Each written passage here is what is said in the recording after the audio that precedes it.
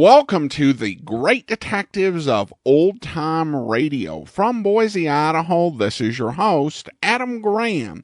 If you have a comment, email it to me, box13 at greatdetectives.net. Follow us on Twitter at Radio Detectives and become one of our friends on Facebook, facebook.com/Radio Detectives.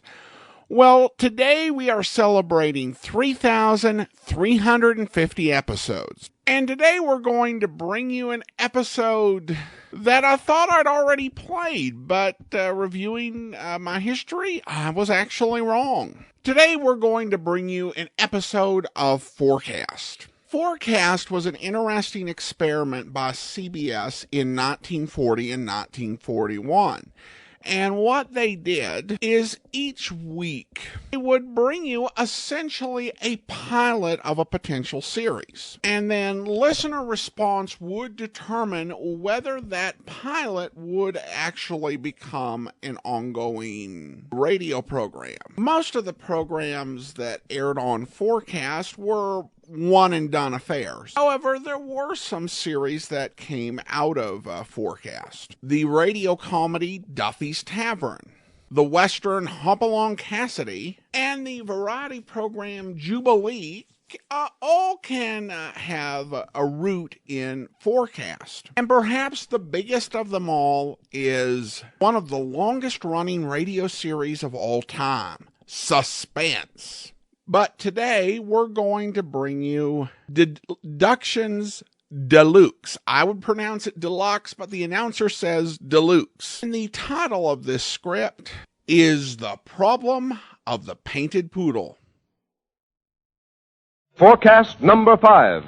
From Hollywood, California, the Columbia Broadcasting System presents a new idea in mystery comedies, written by Keith Fowler and Frank Galen, starring the screen's outstanding interpreters of sophisticated comedy, Adolphe Menjou and Very Teasdale.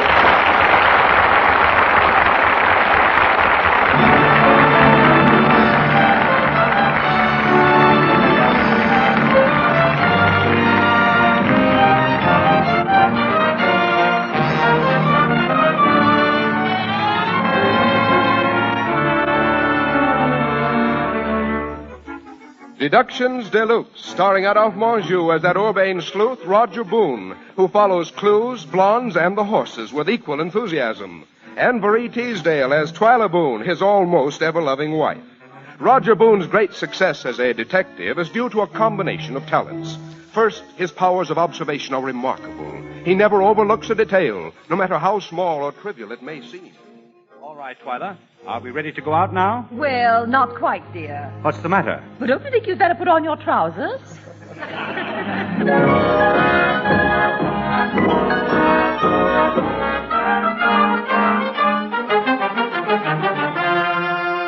No wonder the name of Roger Boone's agency, Deductions Deluxe, is on the lips of everyone these days. No wonder the man in the street discusses Roger Boone's cases with his neighbor. Say, that Roger Boone's quite a guy, ain't he? Did you hear about how he polished off 3 cases last week? Yes, 1 murder, 1 robbery, and 1 scotch.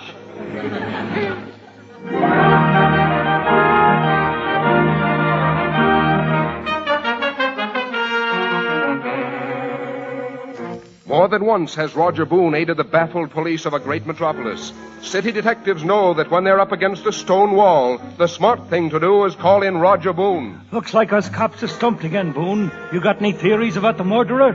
Well, Lieutenant, if you see an extremely beautiful girl about 5'7" with blue eyes, blonde hair, and a dimple in her left cheek, hold her for me. What? Is that a description of the murderer? No, just hold her for me.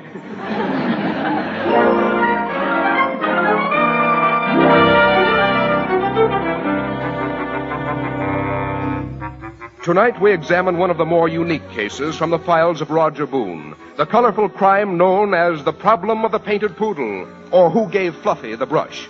Our story opens in the home of the Boones, where Roger, little knowing what is in store for him that day, is struggling with a frightful problem of his own. Well, good morning, my little man. My, don't we look repulsive this morning? Please, Twyla, my head, oh. Oh, Roger, must you wear that dressing gown? It goes so badly with your face. 2 different shades of green. Go away, go away. Have you no respect for the dead? Oh, if my head doesn't stop aching, I'll have to have it extracted. If you think it aches now, just wait until you open your eyes. I'm not going to. Not until fall. Oh, come on. Is it worth the agony? After all, I've seen everything. Open them up, Roger. Oh, all right. Ooh. Good. Now the other one. Ah! What's that horrible yellow stuff all over the floor? Sunshine. Pull the curtains quick. Oh, that's better. I'll never do it again. I swear I'll never do it again. Drink? No, open my eyes. Now, Roger, I don't want to sound like a nag. Well, then don't say anything, But dear. must you act like this country still has prohibition? Mixing my drinks is what did it. I should have stuck to scotch and soda. What did you switch to? Scotch and water. Pour me some awfully black coffee, will you, dear? Did you gamble last night as if I didn't know? Well, I took a small flyer. How much did you lose? $2. Roger? All right, $2.50. I plunged. How about the coffee?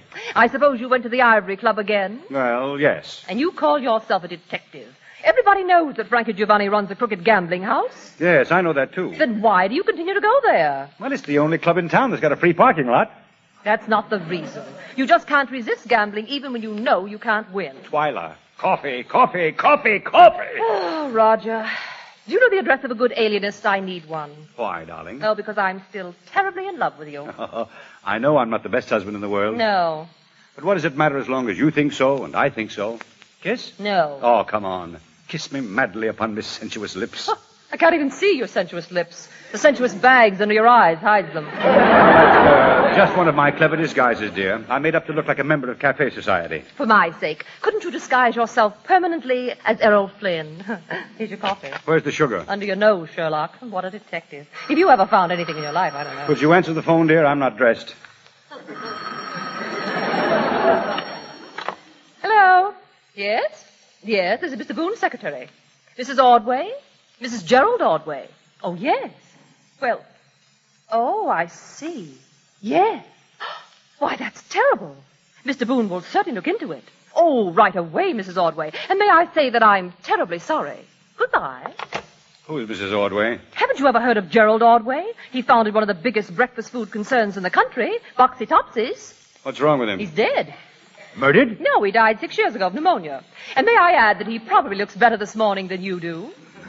Yes, but if he's been dead for 6 years... Oh, Mrs. Ordway's late husband has nothing to do with the case. This is something far more important to a lady than any mere husband. More important to her, I imagine, than anything in the world. Well, what is it? Somebody painted her pet poodle green. Now, stop mumbling. It sounded like you said somebody painted a pet poodle green. Well, that's what I said, and Mrs. Ordway doesn't like it. Well, how about the poodle? Well, she won't talk. Poor dimpled fluffy ruffles of Peekaboo Dell. Poor dimpled witch, for heaven's sakes, what? That's the name of the unfortunate pooch. Dimpled fluffy ruffles of Peekaboo Dell. Well, well. So the person who used to name Pullman cars is now christening poodles. What am I supposed to do? Unmask the poodle painter, of course. Ridiculous. I'm a detective, not a veterinary. Go inside and get your clothes on. The wealthy Mrs. Ordway is waiting for us. I won't do it. You heard what I said. Get your clothes on. All right. But if I hear one word from you about my business going to the dogs, I'll never take another chaser.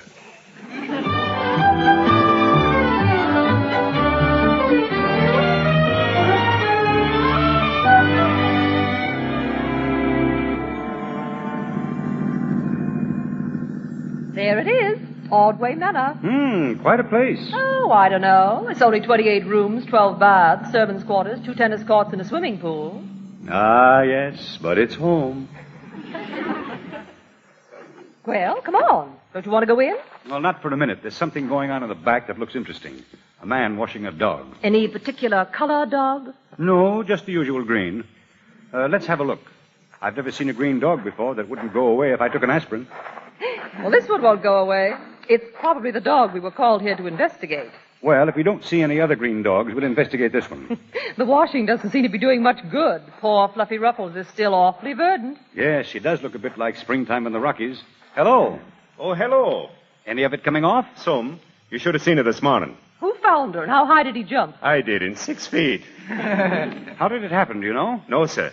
But I'd like to shake the meat of the guy that done it. You don't care for little Fluffy? She's the worst excuse for a dog I've ever seen. I come here as a chauffeur and wind up as a nursemaid to this flea bag. Mrs. Ordway seems to be fond of her. Yeah, she's nuts about the hound on account of it won a ribbon in a dog show once. I think the judges must have been stewed. Can she do any tricks? Oh, sure. If you holler, hey, Fluffy, She'll run right up and bite you. How long have you been scrubbing her? A couple hours. Miss Alice was helping me till a few minutes ago. Miss Alice? Yeah, she's Mrs. Ordway's niece. She got green paint all over her slacks, so she wanted to change. Well, thanks for the information. You are, Hogan. Jerry Hogan, the chauffeur. Well, perhaps we'll see you later, Hogan. Come, light of my life. Well, what do you make of it, Sherlock? Pretty obvious. Somebody painted the dog green. How about Hogan? He and Fluffy had words. That's a possibility. Hogan may have been grooming her for the St. Patrick's Day parade. Ring the doorbell, dear. I'll bet you $1 even that a man opens the door. If it's a woman, you win. Don't you ever stop gambling. All right, it's a bet. Yes, what is it, please? Oh, good afternoon, sir. Sir, I'm Mrs. Gerald Ordway. Obviously a woman. The dollar, please. Well, you can't hate me for trying. Mrs. Ordway, I am Mr. Boone, and this is my wife. Her name is Mrs. Boone. Oh, of course, the detective. I do hope you'll pardon this informality, opening my own door. But I told the servants yesterday that they could have today off, and everything's in a dreadful muddle. Oh, Mr. Boone, this frightful thing. Yes, ghastly. I'm so glad you've come, Mr. Boone. Poor Fluffy. She'll never get over this. She's always hated green so. She bit me once, just because I was drinking limeade. Oh, please, come into the drawing room. Of course, there may not be any clues there, but it's such a nice, sunny room. Oh, Oliver, these are the detectives I ordered. Mr. and Mrs. Boone, this is my friend, Mr. Oliver Trout, a fellow dog lover. How do you do? How do you do? Now, see here, Boone. I feel that your presence is undesirable. Mrs. Ordway's in a highly nervous state, and you'll only excite her further. But she asked us to come. And I advised against it. I feel that Mrs. Ordway should reimburse Mr. Boone for his time and trouble and dismiss him at once. Good. A splendid idea, Mr. Trout. Now, surely, Mr. Trout, you don't want the fiend who outraged dear Fluffy to go unpunished, do you? Why don't you shut up? Definitely not, Mrs. Boone, but I prefer to track down the criminal myself. My heart bleeds over the indignity Fluffy has suffered. Yes, what happened to Fluffy shouldn't happen to a dog. Oh, dear, I don't know what to say. Poor darling Fluffy. She would surely have had another blue ribbon if this hadn't happened. What's this? Yes. Fluffy was entered in the Silver Point Kennel Show today, and that's why I gave all the servants a day off. I didn't expect to be here. So Fluffy couldn't appear on account of wet paint, eh? Why, that may be a motive. Mrs. Ordway, did any other dog fanciers know that Fluffy was to be an entry? Not many. I've never shown before at Silver Point, but everyone who had ever seen Fluffy conceded that she was a certain winner. Do you know anyone intimately who also had a dog entered in this show? No one. Only Mr. Trout. Only Mr. Trout? Well. Why, this is preposterous. Now, see here, Boone. Me? Well, I didn't say anything. Yes, you did. You said that I'm glad to see Fluffy out of that show so my dog would have a chance. I never said that. You said it. Well, what's the difference? Who said it? It's true, isn't it? I mean, it's a lie. Why, I'd rather cut off my right arm. No, there, Mr. Trout. You haven't been accused of anything. Well. Is your dog also a poodle? Yes, same class as Fluffy. Oh, Oliver, how could you have done such a thing? But, Laura, I didn't do it. I didn't. You didn't? No. You do believe me, don't you? Of course I believe you, Oliver. Oh. But couldn't you have made it some other color? What? You know how she hates green. I give up. Mr. Boone, I don't know what Mrs. Ordway's paying you to investigate this case, but I will double the amount if you apprehend the culprit. Ah, now we're getting somewhere. Roger, the time has come to disguise yourself as a detective. A detective? Well, how interesting. Why didn't you tell me, Aunt Laura? Oh, hello, dear.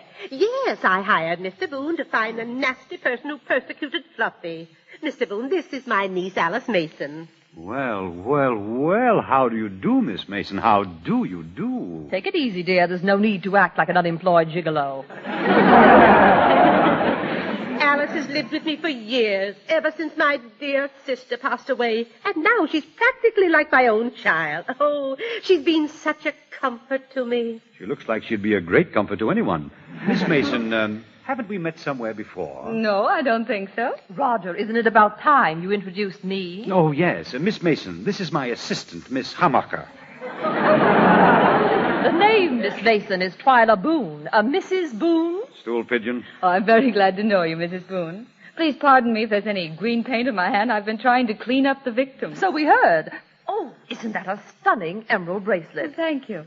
It is beautiful, isn't it? Why, Alice, it's so nice to see the bracelet again. You don't often wear it now. Well, it's rather old-fashioned, Aunt Laura. But you know I love it. It was her dear mother's bracelet, Mrs. Boone. It's been in the family for years and years. I have emerald earrings to match, too. Look.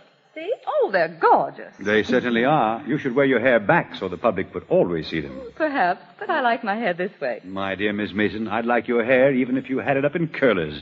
Are you sure we haven't met before? Same old 1914 technique. Stick around, Miss Mason. It'll show you his tin badge that says Chicken Inspector. Well, Mr. Boone, any theories about the dastardly paint job? No, Mr. Boone hasn't been able to discover a thing. Oh, poor Fluffy. It's so horrible to see her sitting there looking like something out of Walt Disney. From now on, the very thought of green paint will haunt me. Oh, by the way, Alice, you still have a spot on your leg. Where? There, under your left knee. Oh, Roger, you're getting old. A leg, and you missed it. Oh, dear, and I thought I'd scrubbed it all off.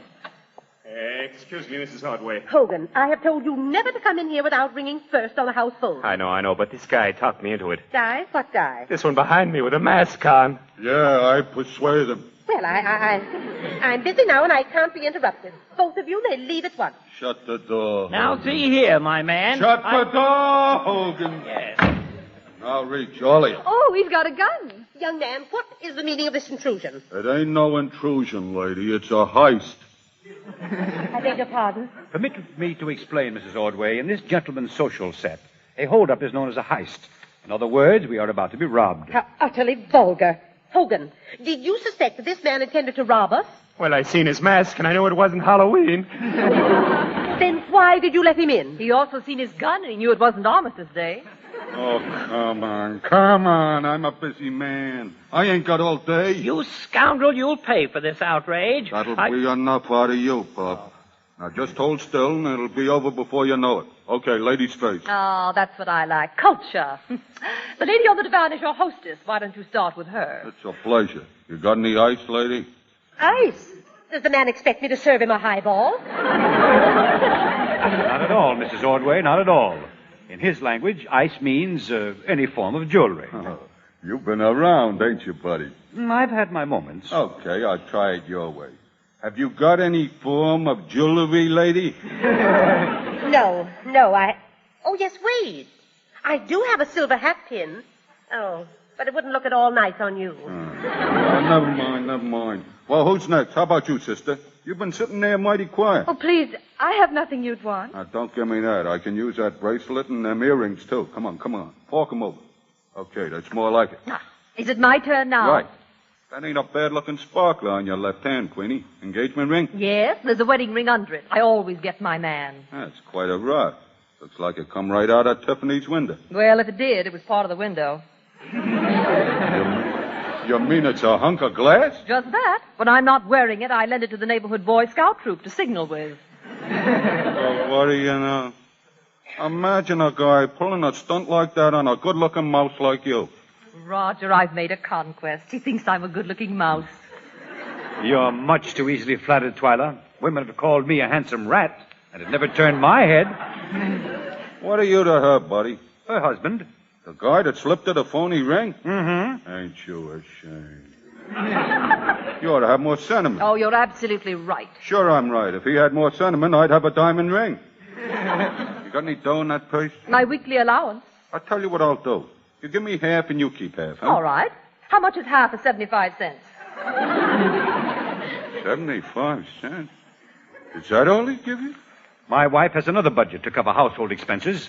That 75 cents is just for foolish luxuries. Now, let me see. Half of 75 is 37 and a half. I'll toss you for the odd penny. Never mind. Forget it with my compliments. Well, that takes care of the dames. Who's next? Here's 11 books. Nah. Not you, pal. Put it away.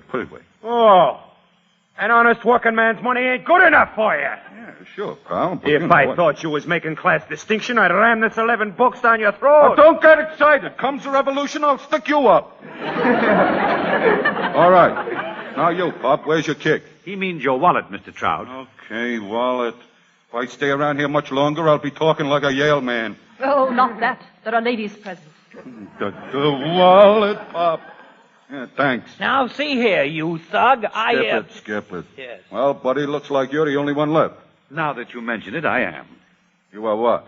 The only one left of that old gang of mine. Ah, what a gang that was. You used to run with a mob? Ah, yes. There was Eddie and Skinny and Waldo and Spike. There was Slugsy and Cecil and Willie and Mike.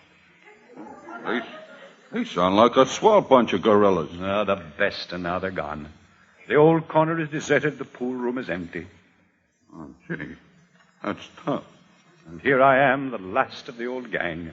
Weary, heartsick, trudging down that lonesome road. I know just how you feel, buddy. Once I was... Hey, what you trying to slip behind that pillar? Your wallet, huh? So that's why you was handing out the sob story. Just in time, too. Another minute and your eyes would have been dim with tears. Trying to take my mind off my work, huh? You must have a load of jack in this thing if you went to all that trouble. Let me see. $6. Well, I'll be a... Here, Queenie. I always get a bang out of robbing the rich and giving to the poor. You take it. Why, thank you. Yeah, it's a pleasure. You see, when I was a kid, my old lady read me about Robin Hood. What do you think of that, Roger? Well, I'm sorry his mother ever learned to read. Well, I guess that cleans up the job. Now, all you got to do is sit tight for 10 minutes. On account of I don't want to have to shoot nobody. So long, folks. And no hard feelings. So long, Robin Hood. Give my regards to Friar Tuck. Hogan, follow that man. Stop him. Well, do something, Hogan. I'm doing something. I'm pretending like I never heard a word. And to think, until this moment, I was convinced that crime didn't pay. Oh, dear. Fluffy Ruffles painted green, and now Alice's emerald stolen. Oh, now, Aunt Laura. They may turn up in some pawn shop, and if not, they were insured, you know. Were they fully covered by insurance, Miss Mason? Yes, Mr. Boone. I have a $5,000 policy with the Safeguard Company. Very fortunate. You were lucky, too, Twyla. Imagine Robin Hood falling for that gag about the glass ring. It really is a diamond, isn't it? Well, of course. Oh, of course. Remind me to have it appraised. But how dare you call yourself a detective, Boone? You're so incompetent that crime runs rampant in your very presence. I agree with you, Mr. Boone. You haven't acted like my notion of a detective. Well, now, how do you expect a detective to act? Well, I thought if he saw a robbery, he'd just make a deduction and then go to the telephone and tell the police who did it. Well, all right, Mrs. Ordway. May I use this telephone? Surely you're not serious, Boone. Oh, no. He just wants to call the pot of gold and tell them he can be reached at this number. Quiet, dear. Hello, 15th Precinct? Connect me with the Detective Bureau, please. Huh, this better be good. It will. Hello, is this Lieutenant Lloyd there? Oh, it's you, Mac. Now, this is Roger Boone. Oh, I don't want a ticket fixed. I want to do something for you this time. You know the Ivory Club, of course. That's right. Frankie Giovanni's place. Well, if you drop in there tonight, you'll find an emerald bracelet and a pair of emerald earrings that don't belong to Frankie. Yes. Also a wallet belonging to a Mr. Oliver Trout. No, Frankie didn't steal them himself, but he hired someone to do the job. Well, it's a long story, Mac. I'll give you the details later. Goodbye. Why, Mr. Boone, how perfectly marvelous. Oh, it's a bluff, I'll wager. He's trifling with the dignity of the law. Now, see here, Trout. When my husband speaks to a policeman and gives his right name, he knows what he's doing. Thank you, my sweet. But it's also amazing. An ivory club and a man named Frankie, and Mr. Boone figured it all out just by being robbed. Isn't it wonderful, Alice? Now you'll get your emeralds back. I hardly know what to say. You'll have to prove it, Boone. I'm still from Missouri. Very well. I'll have to begin by explaining why Mrs. Ordway's poodle was painted green and by whom. My goodness, do you know? Yes, the problem of the poodle only required elimination. First, I eliminated you, Mrs. Ordway. Naturally, you wouldn't have used the paintbrush. Of course not. I'm not at all handy around the house. And next, I eliminated Hogan because he isn't that subtle. His mind would run to something more direct, such as feeding the animal arsenic. Yeah, or running it through a meat chopper. Gruesome, but typical. Next, I considered Mr. Trout. Now, see here, Boone. Now, your motive was clear, sir. With Fluffy out of the way, your own dog stood a good chance of taking top show honors. Oh, Oliver, how could you have done such a thing? Now, Laura, I didn't do it. I didn't. You didn't? No. You do believe me, don't you? Wait, don't answer that. There's no need for an answer, Mr. Trout. You're out of it. Although you are a stuffed shirt and a pompous old windbag, you do love dogs. Well, that's more like it. What suspense, Mr. Boone. I've never been so... Alice, What's wrong, dear? Where are you going? Oh, my head, Aunt Laura. The excitement and the strain. I'm going to my room. Poor child. But how can you bear to miss Mr. Boon's story? I'd rather that you stayed for it, Miss Mason. This is not your home, Mr. Boone. You have no authority here. No, but I'd rather make my accusation in your presence. Accusation? Yes. Miss Mason was the fiend with the paintbrush. No, I wasn't. Alice? Oh, no. You've gone too far this time, Boone. You know, my father said those exact words to Roger 8 years ago. The next day we were married. I have proof of Miss Mason's guilt. First, that daub of green paint on her very lovely leg. Was that? Why, you said yourself I must have got it when Hogan and I tried to clean Fluffy. Yes, but later I remembered something Hogan said before I met you. If you please, Hogan, repeat your remark about Miss Mason and the green paint. I said she got it all over her. All over her what? All over her. Say, she had on... Exactly. Hogan said that when Miss Mason helped him with the dog, she got paint all over her slacks. If she was wearing slacks, her legs would have been covered. Therefore, she must have gotten the paint on her leg at some previous time. Well, I'll be darned. Move over, Hogan, and I'll be darned with you. Alice Mason, you've been a naughty girl. How could you be so cruel to poor little Fluffy? I have nothing to say, Aunt Laura. If you want to believe this man's wild theories, that's entirely up to you. Yes, she's right, Boone. It's only a theory. Just why should she do such a thing? Aha, for a very clever reason. Suppose the dog hadn't been painted. Who would be in this house today? Would you, Mrs. Ordway? Why, no, I'd be at the dog show. So would I, for that matter. Me too, playing nursemaid to the mutt. And my wife and I naturally would not be here. That's right. I had a date with Yvonne, my dressmaker, for 4 o'clock. And I had one with her for 5. Now, in other words, if a touch of color hadn't come into Fluffy's life, Miss Mason would have been here alone. Well? In that case, there would have been no masked bandit and no holdup. Now I'm beginning to see. Roger, this is a gem. Yes, isn't it? You see, Alice arranged that holdup herself. But it was no good unless she had witnesses. So she painted the dog green to make sure you'd be here when the robbery arrived, Mrs. Ordway. As a reliable, disinterested witness, your account of the holdup would keep the insurance company from getting suspicious. And the rest of us being here made the plan even better. More good, honest witnesses. Are you sure, Mr. Boone? I'm very fond of Alice. I'm sorry, but any doubt I might have had disappeared when the bandit made a slip. Think, Twyla, did you catch it? Oh, for heaven's sake, stop gloating. You look like Joe DiMaggio coming to bat in a girls' softball game. All right, what slip did the bandit make? Well, when he came to Miss Mason, he took the bracelet and then, without hesitation, demanded the earrings, too. Demanded earrings he couldn't see. Why couldn't he? I saw them. You saw them. True, but not until Miss Mason pulled her hair aside and showed them to us. You win. I think I'll move into a home for the feeble-minded and knit sweaters. In a home for the feeble-minded, someone might even wear them. Now, that completes my case, Mrs. Ordway. The bandit obviously knew in advance what he had come to steal, and only Miss Mason could have furnished the information. Stop, please stop. Now, I'm not a sadist, Miss Mason. I haven't enjoyed this. Then it's true, Alice? Yes, it's true. It's all true. I had to have a lot of money, $10,000. I had to have it by tonight. Yes, Frankie Giovanni wanted both the jewels and the insurance money, and he doesn't like to wait. Well, how did you know it was Giovanni? Well, now, if you recall, Miss Mason, when we were introduced, I asked if we hadn't met before. Now, my charming wife thought that I had certain motives, but I was innocent. Well, there has to be a first time for everything, as Papa Dion said to Dr. Defoe. Now, I was puzzled, but the picture cleared up. We hadn't met, but I had seen you at the Ivory Club.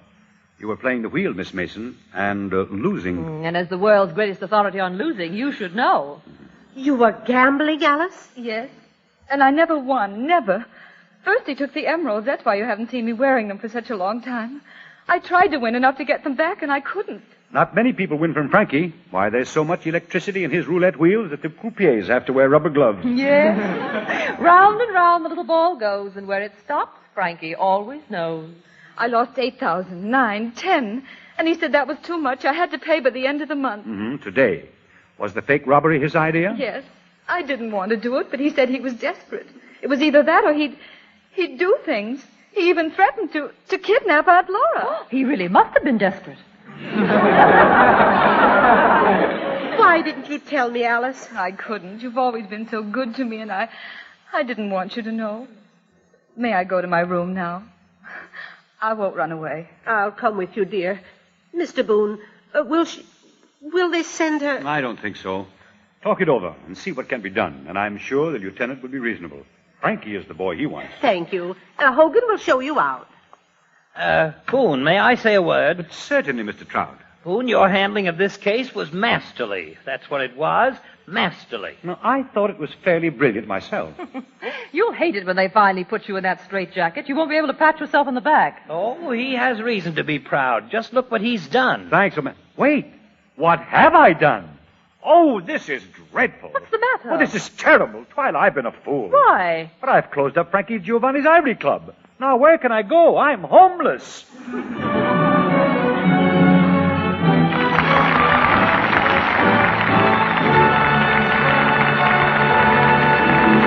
And that, ladies and gentlemen, is how Roger and Twyla Boone unravel their first tangled problem, the first, at least, to be overheard by the radio audience. It will not, we hope, be the last, for Adolphe Monjou and Marie Teasdale have a great many more of their Deductions Deluxe ready for you, if you like this idea and want it to come to the air as a regular weekly series. There's the problem of the elderly juvenile, or which of the chorus girls had a wooden leg, for instance, and the affair of the lisping corpse, or should a hearse have an outboard motor. Write to CBS and tell us how you feel about this series idea, conceived, written, and produced by Frank Galen and Keith Fowler. The music was composed and conducted by Wilbur Hatch.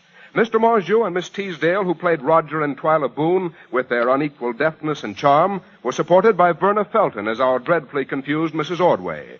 Ed Max was the Robin Hood from Hoboken, Jerry Moore as Hogan, who loves to bite dogs, Kathleen Fitz, who played Alice, this season's prettiest criminal, and Arthur Q. Bryan as Mr. Trout, the big leash and muzzle man. Next Monday, same time, the Columbia Broadcasting System will present its sixth in the forecast series, Song Without End. A full hour from New York, which brings a new treatment of the romantic side of the world's great music to the air. Song Without End will present one of America's great young stars of stage, screen, and radio, Burgess Meredith as Claude Debussy, with Margot as the heroine of Debussy's fascinating love story. Till next Monday, then, in forecast number 6, this is Frank Gross. This is the Columbia Broadcasting System.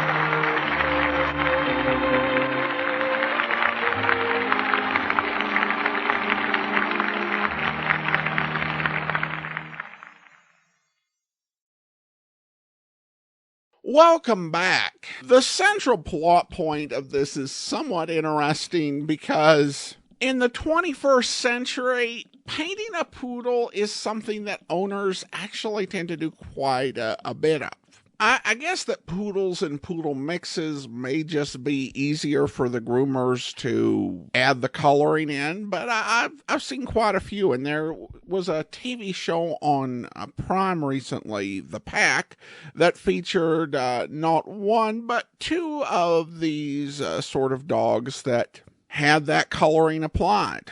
It was funny that I forgot that I hadn't done this, and I thought I did. And part of the reason for that, particularly with these specials, is when I'm listening to something, even when it's not something that I'm actually going to do on the podcast, I'm kind of thinking up what I might say in a commentary or discussion. So because I've thought through what I might say in a commentary, my brain just went ahead and checked it off the list, even though I didn't actually do it. And I think part of the reason I didn't do it is I didn't find the detective particularly likable. And I mean, despite the pretensions of the opening that this is some really big original idea, this is essentially a ripoff of The Thin Man. In particular, the movie portrayals by William Powell. And they even kind of poked fun at the Thin Man movies with the comment of, why are you drinking like Prohibition is still going on? Very first Thin Man movie just had a ridiculous amount of drinking because it was filmed, right after Prohibition ended. And the idea in that film seemed to be just to show as much drinking as possible because it's legal now. That was scaled back a bit in the second film, though still quite a bit. And then in the third film, Nick Charles became a bit more responsible, kind of like midway into the film, because at that point, he not only was married, but he had a son, so that was kind of, dialed back. And then in the fourth film and the subsequent ones, it does not feature as much as a defining characteristic, though the fourth wouldn't be released till 4 months after this episode came out. But they decided to really give Boon the fault of being a compulsive gambler who lost all the time, as well as a womanizer whose wife is not nearly as upset as you'd expect to be. And I think the way that this is played is not, it's not funny, it's just kind of odd the way that it comes across in the story. I think that dynamic did hurt it. And this might be a case where the idea of forecast may actually have damaged its chance to become an actual series. Because with this as the pilot episode, there are pilot episodes of programs, that were unaired, and you listen to them and you're like, why did someone think that this would make a good series? But it did turn out to actually be a good series because they made some changes, they made characters more likable, they recast certain parts, and that might have happened with this if it had been more traditionally handled in-house by CBS. In this case, though, I think this probably just did not get listener support and so was not made. One thing you can't say with this episode is that the casting was off, that you had to deal with a lot of actors who, didn't know what they were doing. I think everybody did the best they could. You had the credits identify him as Jerry Moore, but we know him better as Gerald Moore, a.k.a. Philip Marlowe from the Adventures of Philip Marlowe radio series. Arthur Q. Bryant, a.k.a. Elmer Fudd. Verna Felton. The only voice I didn't recognize was Kathleen Fitz, and also the role of the wife played by Very Teasdale. That's not one that I heard nearly as often over radio. But you did have a good cast. I think Arthur Q. Bryan got kind of hit with this sort of one-note character and couldn't do a whole lot with that. My favorite part of this, honestly, was the hold-up. I loved, this is the type of part Ed Max, who played the hold-up man, that he played for most of his radio career. He tended to play a lot of heavies, particularly in more comical things, though he did do some serious work as well. Just general sort of roughneck characters. He played a character who wasn't a robber, but very similar voice, named Mushi on My Friend Irma. But he has great scenes. I love where Gerald Moore's character, gets upset about him refusing to rob him. Like, a working man's money's not good enough. He's like, okay, in the revolution, if the resolution comes, I'll rob you.